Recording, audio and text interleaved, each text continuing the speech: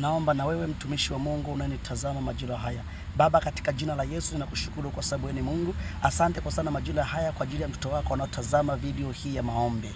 Bwana wangu na Mungu wangu mtenda miujiza, wewe unayesikia na kujibu. Ninaomba Bwana ukambariki mtoto wako huyu, mtakabali na ukampe kibali Jehova. Ninafungua kazi ya mikono yake, ninafungua Jehova kazi ya mikono yake. Bwana ukambariki kazi ya mikono yake, ukamlinde na kumtunza Jehova Shama Shalom. Wewe ni Mungu unayesikia Jehova Bwana. Wewe umesema tukuombe naye Bwana utakwenda kututupa. Na majira haya mtataoka na kwenda kumuombea Mungu. Ninaondoa kila maumivu ya kichwa, ninaondoa kila maumivu ya kiuno, ninaondoa kila maumivu ya mgongo, ninaondoa kila maumivu yote ya mapafu, ninaondoa kila maumivu yote na kila mipango tunakwenda kinyume zidi yake. Baba, naiangamiza kwa mamlaka ya uwezo wa kimbingu. Jehova Shama, napanda uzima juu yake, napanda afya njema juu yake, napanda baraka juu yake. Mungu, napanda baraka ya kazi ya mikono yake katika jina la Yesu Kristo. Ukamonekanie Jehova Shama Shalom.